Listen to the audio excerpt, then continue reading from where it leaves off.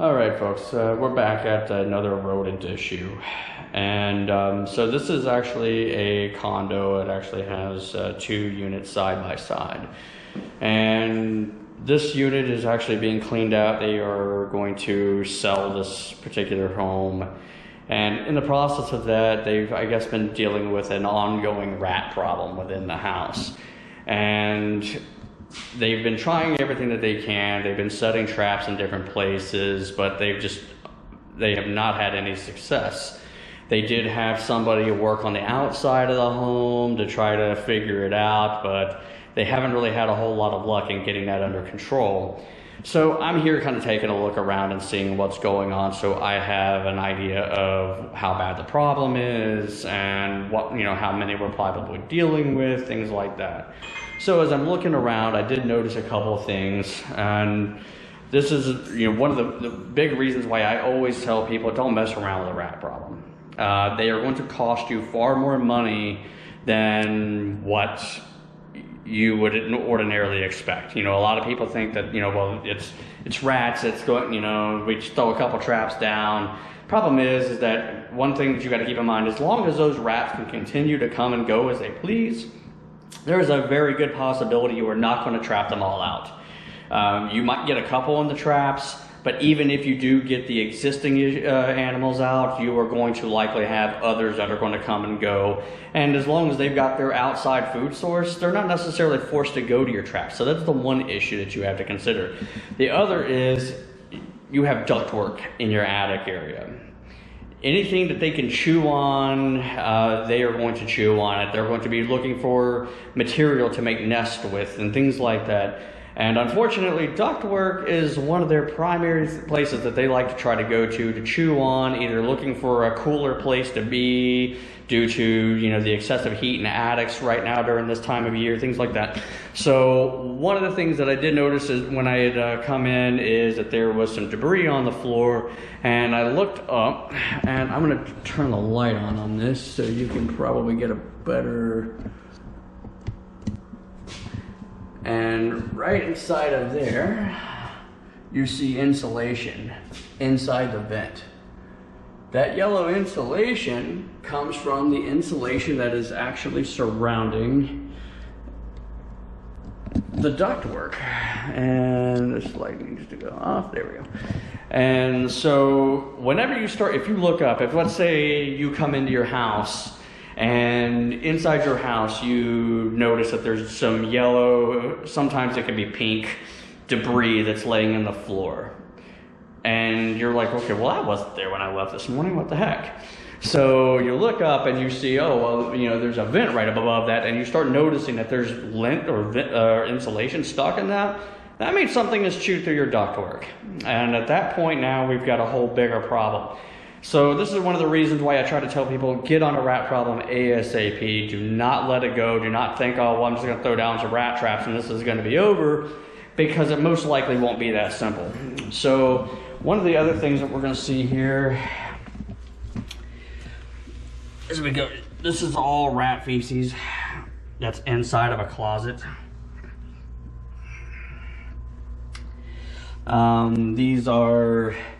This area right here, they probably had something that was up underneath it. You'll notice these areas like this right here. You'll see the chewing around the bottom of the baseboard. These are ways that they get down from the attic. Other places that they like to come through. It looks like there's some debris back there where something is chewed through from underneath the cabinetry. Now, they have had handymen come out and try to fix some of these issues, only to end up having them all over again. You can even take a look down there. It looks like that vinyl flooring there has been chewed up a little bit. This over here, there's some chewing going up underneath this stove. You will have, you're probably not going to be able to see that very well back there, but there's a hole that's chewed in the back corner there. There's some fecal matter here on the kitchen floor. So this is an ongoing issue. You can also see, I really wish these cameras had a zoom feature, but they don't. You can see where there's some chewing in there in the back corner of the vinyl flooring, possibly into the wall.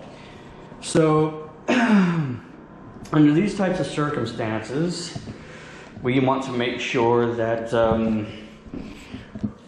we cover all of our bases. We need to look, I'm gonna have to look on the outside of the building and try to figure out exactly what's going on, what kind of entry points that we have going on, because all of those need to be closed off.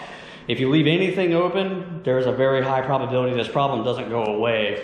And if you're lucky enough at this point that they have not damaged your ductwork or electrical wiring or anything like that, well, you are literally, tempting fate at this point if you were not really basically dealing with these issues quickly and effectively, and it's going to cost you a lot more money. Ductwork replacement, especially in the summer, is not cheap. So I just had one customer that just had to have his ductwork all replaced, and it cost him in the upwards of around $5,000 to have it all redone because rats were able to go through and damage so much of it. They kept noticing a lot of debris coming in through their vents. This is not something that you want to mess with. Sometimes if you get lucky, they just tear one run off or they shoot through one run, in which case then that, it's not too bad. But you really don't want to tempt fate on that. So anyhow, I'm going to get back into this and try to figure out exactly how they're getting in and what kind of things that we need to close off. So hopefully we can bring it into this particular rat situation. Until then, I'll touch base as soon as we can get an idea of what's going on. Okay, so in the process of doing this inspection, I have to look all over the building. I have been allowed into the next door neighbor's residence, as well as they have a little common way. It's about 3 foot wide, a little walk through way that separates between the next door neighbor and this unit. So I happened to go in, and one of the things that I noticed, and I didn't really want to film this in there just simply because the people that did it are next door. I've already spoken with them, and I don't want to come across like I'm shaming them, because this is a common idea that throwing poison on the inside of the structure is a way to rid themselves of this issue. Now, that is a problem for a couple of different reasons. One is that if they eat that poison and they die inside the structure, there's no guarantees that they're going to die in an easy to access place. So they can get back down inside the walls and things like that. And if you're lucky, then that is where they end up dying. And so, you just have to deal with a horrible odor for, a week or so, depending on the size of the rat. A larger rat, it could be 2 to 3 weeks that you're smelling the odor. The one big concern that you have is that a lot of these types of poisons are designed to dehydrate the animal and make them seek a water source.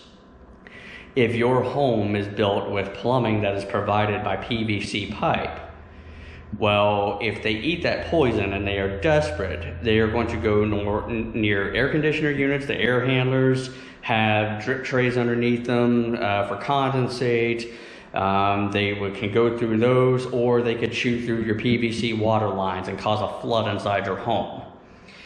Utilizing poisons inside of the home is just a terrible idea all the way around. I've already spoken with them and advised that they pull that up, because that's only going to be detrimental for them. They do have PVC water lines, and that's not what I want them to have to experience. So I've already dealt with that there, but just for your FYI, that is never a good choice to go to. A lot of pest control companies will provide what's called bait stations, and these bait stations are put around the perimeter of a building, and they have rodents inside of them. It allows rodents to come in, eat that poison, and then most of the time they leave and they will die elsewhere. Sometimes they'll die inside that box. I personally do not use them, and at least on residential areas, just simply because I can't control where that rodent dies. If it dies in a neighbor's yard and their pet cat or dog gets a hold of it, or neighborhood hawks and owls get a hold of that sick rodent, now I have essentially killed another animal by secondhand poison, or at the very least, in the case of dogs and cats, made them terribly sick. So I don't want to do that. So that's just my personal preference. Every company does things a little bit differently. That's why I choose not to do that. I don't offer it for residential customers. But using poisons in and around these buildings is just, to me, has never been really worth it. I prefer to do this through a couple of different ways, largely through exclusion work, sealing them out of the building, and then trapping anything that might still be inside out. So that's what we're working on right now, is going through and figuring out exactly how are they getting into this building in the first place, so we know what we need to do to be able to resolve the issue. But anyhow, I just saw this poison down and I thought, well, you know what, let me also make a point about that, because poison inside of a structure it can actually work against you, not for you. So. Okay, so when you are inspecting your home for potential rodent entries, there's certain different things that you have to pay very close attention to. One is soffit. So you end up with these type. This right here is metal soffit, but one of the other problems that we have here is noticing these areas here. Now, one of the things that you'll probably notice is that you see kind of some dark smudge marks along the side of the wall and on the soffit itself. These are grease marks, and these are actually what rodents will leave behind as they are squeezing in and out of places, and that is one indicator that you have rats utilizing that hole. Sometimes if it is a larger entry, then some cases they are able to get in and out without leaving a visible mark going in and out. But a lot of times that is what you're going to find around the entry point for a rat. So when you're looking around your home, if you're looking for entries, definitely look at those. Sometimes you're thinking, oh, well, they can't go up the wall. Stucco like this here, this is just concrete tree bark. As long as it has a good solid texture to it, these little claws, they can climb right up the wall, no issues. So I'm going to keep this going, but this is just giving you one example of a potential rodent entry that you should be keeping in mind whenever you're looking at your home to find out whether there's a way that the rats are actually getting inside your residence. All right, so since we're on the topic of soffit entries and different things that rats can use to get inside of the home, one of the most popular ways is generally right after a roof gets replaced. And I'll show you what has happened here. So you can see this soffit, it's opening up, and anytime anything gets up above the soffit, they're officially in your attic. And so what ends up happening is that when they are replacing the roof, they have to run these forks up underneath, and as you can see, I'm going to try to turn on this light here and see if that helps at all. You can see where the shingle goes up underneath the soffit here. Well, when they are replacing that, they have to run these forks up underneath. It pulls the old shingle off, and it breaks what's called the J channel loose. Now, the J channel is actually this little piece right here. That's what the soffit socket's inside. Well, they removed this one here. Now, they don't always do it this way. Sometimes I've got another house that I'm working on where they actually just bent the J channel up, so it's got kind of an arch to it, and so it doesn't sit down firmly enough. You got to keep in mind, when roofers replace your roof, their main goal is make sure that it doesn't leak. That's it.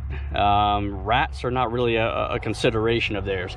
So it's important to maybe, if you've had rats in the past, to make sure that when you're getting your roof redone, that the roofers pay special attention to those areas. These areas where soffit comes down and joins up against the shingle is called a roof return.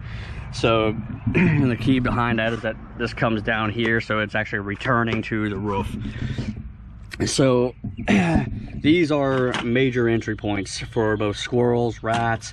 Raccoons will exploit these very, very easily. So these areas here are key entries for a lot of different wildlife. So it's very important that you pay very close attention to those areas if you're going to be getting your roof replaced, or you are thinking that you might have a rat problem or something in the near future. If you think you might have had a rat problem going on, you know exactly one of the areas that they are getting in and knows that you need to get those sealed down. So anyway, I got to get back to work here, but I just wanted to show you guys one of the main key entry points for rats in your average roof that you're going to have. So anyhow, all right. Hey folks, all right, so I'm up in an attic in Lake Wales, and we've got a rat problem. And so, I just kind of want to kind of show you what some of the damage that can be done by rats, mainly in the contamination capacity. So flip this around here, and so as you can see, I mean, this is all rat fecal matter that you're going to see at the top of this.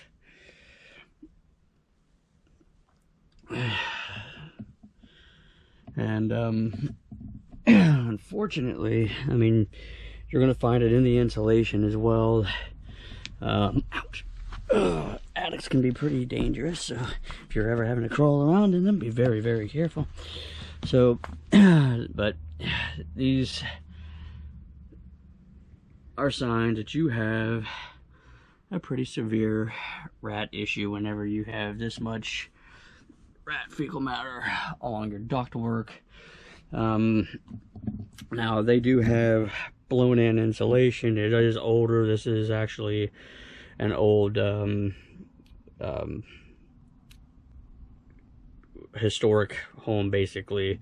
So, there's some there are some construction based differences that you're going to find in these homes versus some of our more modern built homes.